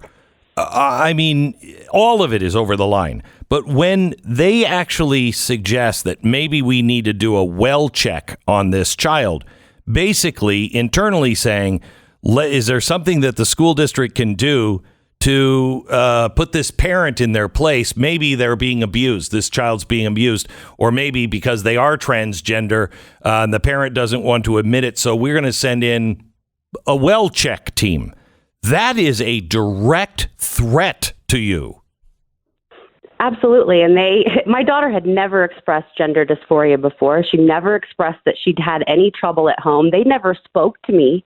I never spoke to any of the people that did these things before they decided to talk about calling CPS. I think they knew we were at our most vulnerable moment as a family that they caused. And in the state of Colorado, if my child had said to CPS that I wasn't affirming her transgender identity, I firmly believe they would have removed her from the home. Oh, yeah, they would have. And the people knew this, right, when they suggested that CPS come to our home to remove our child. And if our child is not under our care, then they have full control of her brain and her heart. My gosh, Aaron, can you believe you live in the United States of America? Colorado is off the rails in particular, but this is happening everywhere. I mean, this isn't just unique to California and Colorado. This is happening in conservative states and conservative communities, this kind of secretive sexuality programming and vilifying parents, assuming that parents are evil until proven innocent. It's happening everywhere. So where does it stand now? Still has not been addressed. Nothing has happened. Nothing has happened. We got a lot of false promises from school administration. A lot of, they showed empathy. And I realize now it was just gaslighting. They realized the repercussions that could potentially happen. And it's happening right now for them. And they tried really hard to keep me quiet by making false promises. But my FOIA requests and their actions show me that it was just gaslighting. So do you have any other parents that are standing with you? It felt for a long time like I was alone on an island. with this issue, and I wanted to believe it was an isolated incident. And the more we've looked into it, we realize just how deeply this agenda runs in our school district. Oh, I mean, yeah. obviously the school board is involved, the teachers' unions are involved at the local level, at the state level. So we realize that this is an issue that isn't going away. The teachers' unions, can you tell me about the involvement of the teachers' unions? Yeah, well, they're just deeply involved with our school board, with our decisions. The woman who was in the classroom, this outside presenter, is an employee of the county health department. We have proof that she's had multiple meetings with the local school board president. School union president. So we've just realized that thare all deeply entrenched with each other. So what are you going to do now? I know your child is out at a Christian school doing fine now, but what are you going to do? Yes, and I have a second grader who remained in the school district for the rest of this year, who will now be moving to a charter school that was founded on, the principles of parental rights, and it's really a pretty conservative school. So we're lucky that we removed our children, but parents need to get louder. Community members, grandparents, we have to speak up, especially at the school board level, and let them know that what they're doing isn't okay. Demand curriculum transparency. Other parents need to get their kids out of this district. It's not safe. So I continue to sound the alarm because we tried every other avenue and it didn't work. I mean, we contacted the police after this happened. Had it been on a playground, that would have been my first call. The only reason I remained calm is because it was with a trusted teacher in a closed setting and I didn't fully understand everything that happened. But the police indicated that because there was no exposure of body parts or physical touch, that there are no legal repercussions. But our sheriff did tell me I need to get loud because just because it's not illegal doesn't mean it isn't wrong. And other parents deserve the opportunity to protect their children like I couldn't. I'll tell you, listening to your sheriff, that sounds like a good sheriff. What town are you in or what district are you in? So I'm in the Poudre School District, which is Fort Collins, Colorado. We live in a small suburb outside of Fort Collins, only about 10,000 people. And isn't that generally conservative? Yeah, it's conservative, right? It is, and so they target our area. Some of those FOIA emails revealed that they realize this is a conservative community, and so they're going to target it and put as much programming in place as they can. And they did. The week after this happened, this same woman was in our Boys and Girls Club with elementary age students. Same thing, don't tell your parents. And some parents found out and raised their concern. Now she's been removed from Boys and Girls Club, but she's in our libraries. She's on our how health can this be in a department. conservative community? Nobody is standing up with you. Well, now they are. Okay, good. I think it just has all been so secretive, and that's their intent. And again, in those emails, you can see that they said how we deal with this parent sets a precedent moving forward. So they knew that, they didn't want anyone to find out. And as soon as I found out, they knew that there would be some serious repercussions, and they tried very hard to keep me quiet. But now that this has gained so much attention, there's a lot of people in the community who have spoken up and a lot of parents who have had the same thing happen. I've had multiple families reach out and say, this same thing happened with the same teacher in that school. What do we do? So a lot of people just didn't know. They didn't know to connect the dots. That is an unsafe. That's an unsafe teacher. Who still teaches and who is still the GSA sponsor at that school. Because of the teachers' unions, you'll never get rid of them. But, I am a big supporter of the arts, huge supporter of the arts. I'm an artist myself, and my children's school really, doesn't have, the arts in their school. It's a academic school, so they don't do the arts very well. And I have to tell you, it bothers me, but I would never put my kid in that art class with I think that's an unsafe teacher. When I can't go and meet with a teacher and know that I'm hearing the truth about what my child is doing, I got no time for you. These people think, like Joe Biden said, that these are their children while they're there. No, they're not. You work for me. I don't work for you. That's the assumption that these children belong to them. And since this happened, our school has hired 3 administrative staff, a chief academic equity, diversity, inclusion you're in officer trouble. making triple what a teacher makes. They hired a DEI coordinator, and they hired an LGBTQIA plus coordinator. In a who town literally has of 10,000. for the school district, but her job description literally says coaching students, advancing LGBTQIA programming, and increasing gender support plans. And I don't know if you know what those are. I'm not really sure. Can you give me an extra minute? Let me do a commercial and then come back. Sure. Okay. Yep. Back in just a second. This thing, absolutely. If it's happening in Fort Collins, it's happening everywhere. And what's really disturbing is she's saying, no, we were targeted because we are a conservative district. God. A deep spring cleaning can do wonders for your home, but where you really take things to the next level is in the updates, and that can cost a lot of money. But blinds don't break the bank. Blinds.com has both the expertise and the vast selection necessary to help you find the perfect window treatments for your home. By the time they're done with you, it's going to make it look like your entire house got an extreme makeover. They have indoor and outdoor products, so your deck and patio can look as amazing as your interior of your house. And they make the whole process easier than ever by giving you access to expert design consultants for free and local pros who handle the installation, which, by the way, comes at one low cost, no matter how many windows you do. So, number one retailer of custom window coverings online. There's a reason. It's Blinds.com. Blinds.com. Go there now. Save up to 40% site-wide. And through May 17th, all solar and roller shades are 40% off. It's Blinds.com. Rules and restrictions may apply. 10-second station ID.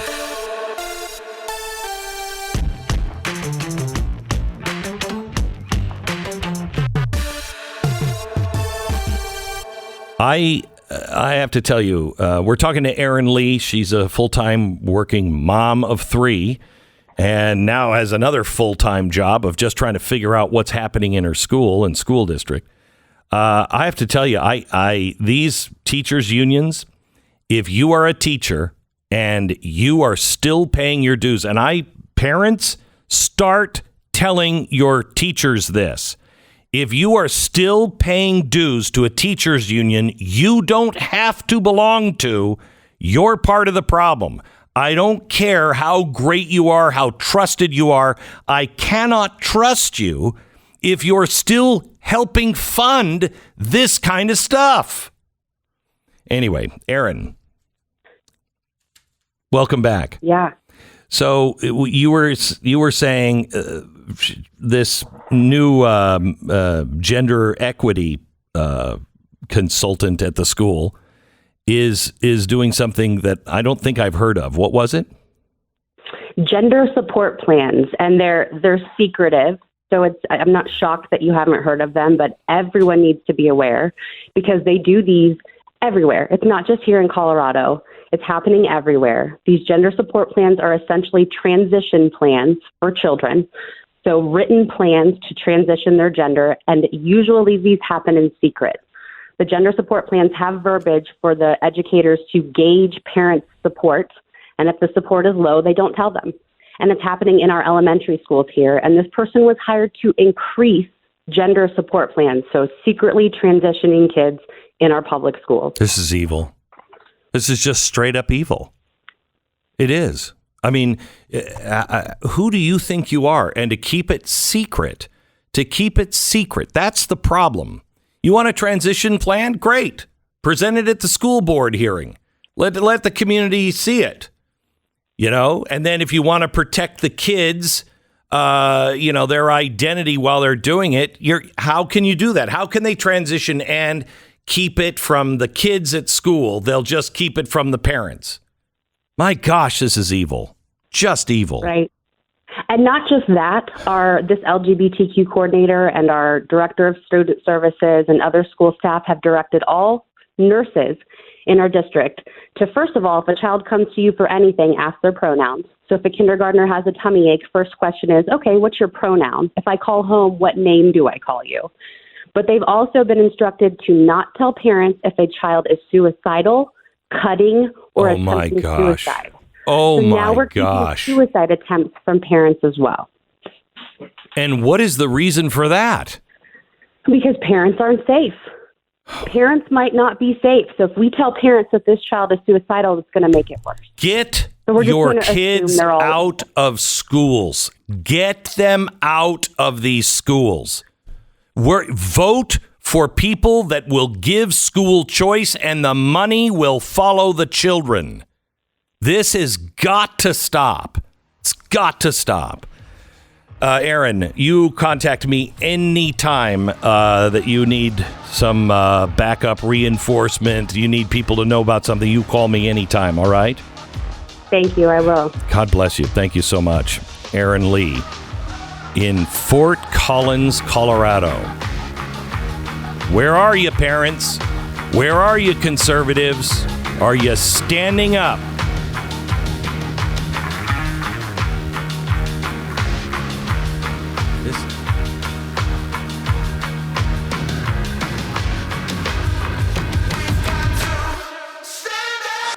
The Glenn Beck Program. American Financing, NMLS 182334, www.nmlsconsumeraccess.org. Credit card debt is incredibly sensitive when it comes to rate hikes. It's already, usually the debt with the highest interest rate to begin with. And now credit cards, are you kidding me? Average rate on a new card is nearly 20%. That's absurd. And it's only going to get much worse.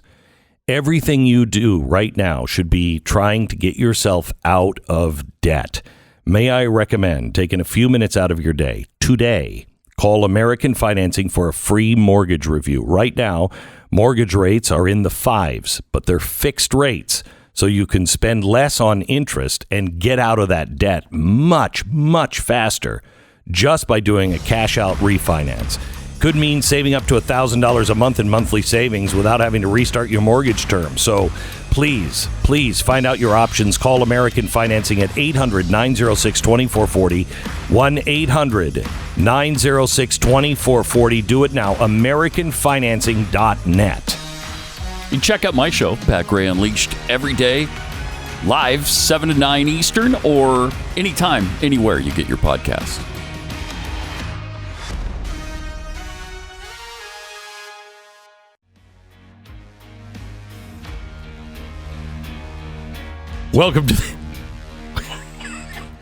Welcome to the Glenn Beck program. I am so glad that you joined us today. Boy, oh boy, oh boy. We've got some... wait until I tell you. On tomorrow's program, we're going to cover the Wisconsin middle schoolers that have been accused of sexual harassment because they refuse to call a student they, them.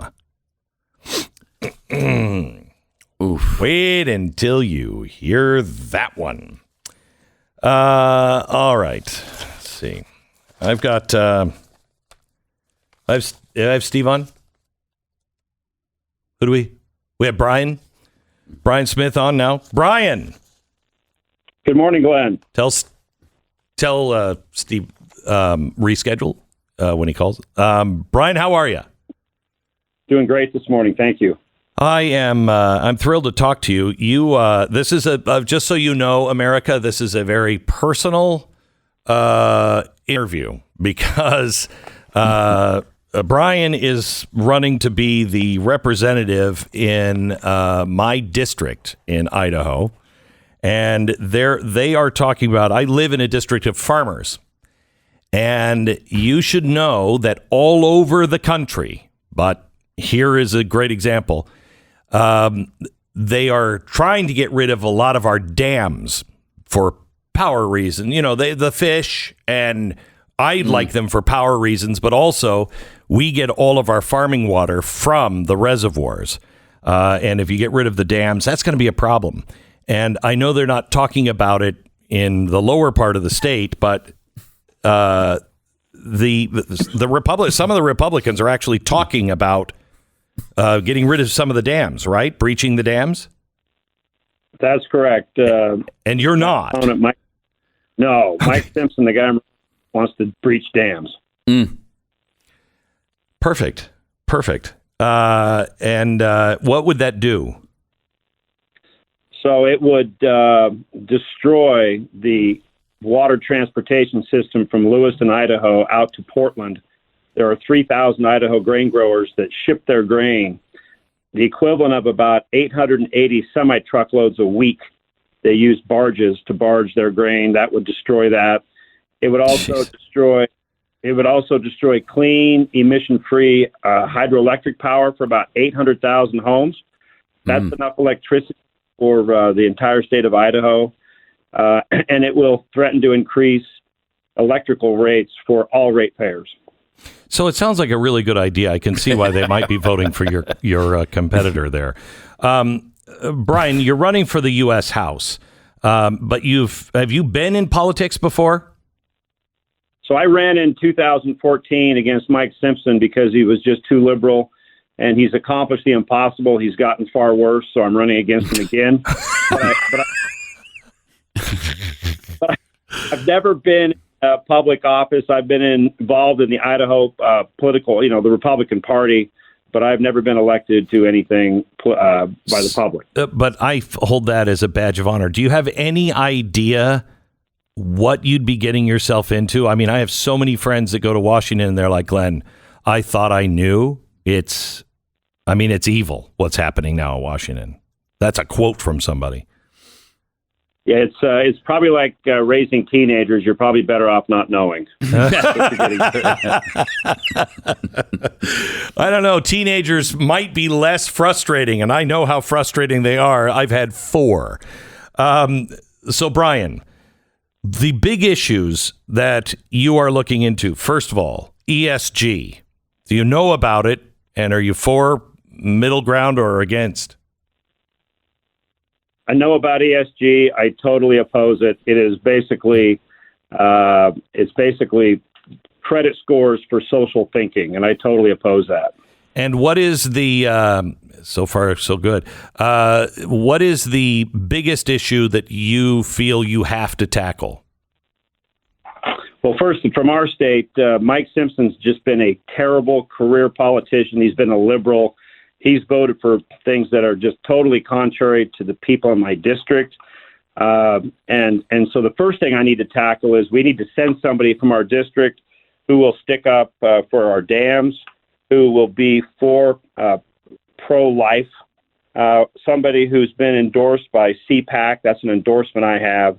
And also Idaho Chooses Life. So the first big issue for me is to have somebody actually be a conservative voice from Idaho speaking out against the liberals and the leftists. And Brian, I did not realize how big of a problem this was in really conservative areas. I mean, your district is very conservative, and your competition is liberal, but he is a Republican. And so people are like, oh, no, he's a Republican. He's great. No. We've got to stop these fake Republicans, these Mitt Romneys from getting in. The what's his name? Turtle face, Pat McConnell. You got to stop with these guys. Otherwise, we're never going to get anywhere. We're never going to be able to save our country. Glenn, when I ran last time in 2014, Mitt Romney endorsed Mike Simpson. Holy cow, that should be the kiss of death. And Simpson also voted he voted for the January 6th commission. He said Trump was unfit to be president. He's opposed term limits. He's everything that we oppose. Last year in January, co-sponsored a bill to give special transgender rights to people. He is just bad for Idaho, and we need somebody who will speak out and represent our values. Tomorrow is the primary, right? Yes, tomorrow's the big day. How you doing? We think we're doing very well. I mean, it should be. I mean, I've heard neck and neck. Yeah, I think that's an accurate description. Okay. Usually an endorsement from me is a kiss of death. So I just don't endorse people because it never works out. I'm thinking about endorsing anyone but your competitor. But I have heard a lot of really great things about you. And while I don't endorse anybody, I do hope people will take a strong look. And then when they're in the primary and they close that curtain behind them or stand up with their ballot, they ask themselves, do you want more of this same crap?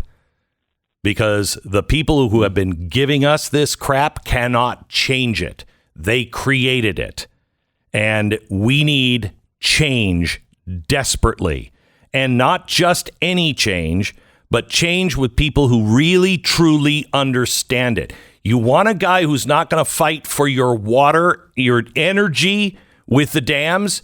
Do you know what that's going to mean? You can't stop taking energy at this point from your dams. You can't get rid of the reservoir. Half the darn state is a desert, and you're growing things in it. Yeah, but they're trying to save the salmon population. Oh, I know. It's very, save very, the salmon. Very important. Super important. If anyone understands how broken this system is in Washington, you cannot go with Mitt Romney or Mitt Romney wannabes. You can't. If you have those kinds of people in there, they will never do the heavy lifting of closing down agency. How do you feel about closing down the Department of Ed? Oh, it'd be my first priority if I had. Great. All over the Department of Education. What'd you say? If I had the ability to sprinkle magic evaporation dust, disappearing dust, I'd sprinkle it all over the Department of Education. Oh, my gosh. It is a nightmare. This is the kind of politician that you want. You want someone, I don't care where you're voting tomorrow, if they don't say, hey, absolutely, if I had the power, I would dissolve the Department of Education tomorrow. That is something that every single parent in this country should be fighting for. Somebody that understands that ESG is going to put you right in the crosshairs, and we're close to it. We cannot have any more wishy-washy people. Brian, I thank you for calling in, and I sincerely wish you the best of luck. It's Brian Smith. Remember that name, Brian Smith, U.S. House candidate. And Brian, if you do get in, I'm going to, I'll be your best friend or your worst nightmare if you get in there and you start doing crappy stuff. Glenn, you and I'll be friends. People even tell me that we look a lot alike. Oh, I'm so sorry, Brian. I'm so sorry. Brian. Hey, can I do a plug for the website, briansmithforidaho.com? No. What is it again? briansmithforidaho.com. No, absolutely don't mention it. Can't let you do it. Thank you very much. Thanks, Brian. I appreciate it. Brian Smith for Idaho.com. Tomorrow is yet another primary in more states, and it is so important that you get out. I'm going to tell you a story. Last weekend, it was voting in our local town. And I'm not going to say who I was going to vote for or whatever, but I came home because I had been working all day, didn't have a chance, completely forgot. My wife came when I got in, she said, "Did you vote?" And I'm like, "Oh, crap. No." So we looked it up. Mm-hmm. The person I was going to vote against won by one vote. No. As it turns out, when they recounted, wow, that person lost by 6 votes. Thank God. Oh, but I couldn't sleep. I was like, I can't. What have I done? What have I done? Please, everyone in this audience, when you get to a day where you are holding these primaries, you can't just have a Republican. You have to have lions in there. Lions. Back in just a minute. Did you know that kids can be target of identity theft just like adults can? School or medical office data breaches are common, and that's what happens. Information is exposed to cyber thieves. You can help protect your child's identity by limiting how you share their social security number, but everybody, I mean, What's crazy, I've had my kids under LifeLock since their birth because when you get to, actually go out and have credit, you might find out that their credit is destroyed because somebody was using it for years and years and years. This is one of the reasons LifeLock is there. They can't catch everything. Nobody can. But they can monitor things better than you can on your own. And I think they're the best. And here's one of the reasons. If you do become a victim, their restoration specialists will work with you to help fix the problem quickly. One of the other reasons is LifeLock is partners with Norton, and we know how good Norton is. Join now. These are the two best in the business. Join now. Save up to 25% in your first year with promo code Beck. 800-LIFELOCK. 800-LIFELOCK or lifelock.com, promo code Beck. This is the Glenn Beck Program.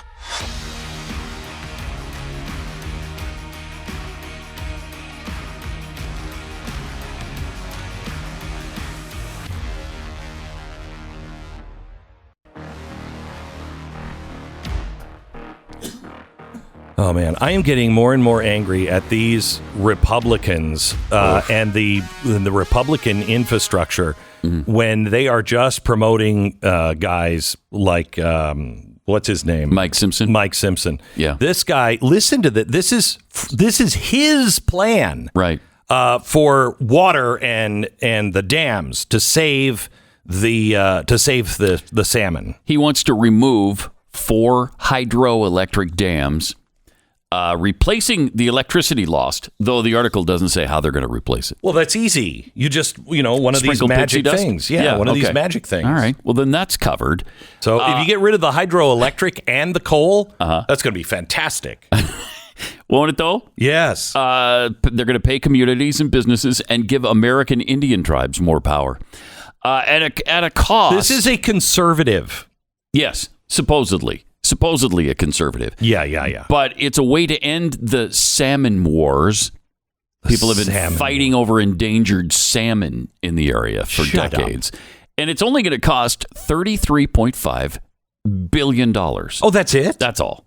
Oh, my gosh, that's not great. Bad, right? That's not bad. Oh, no, that's good. So you remove the hydroelectric power that's clean and efficient and renewable, by the way, and you replace it with magic pixie dust. That's going to be good. And you save some salmon. That's going to be good. That's going to be good. I love it.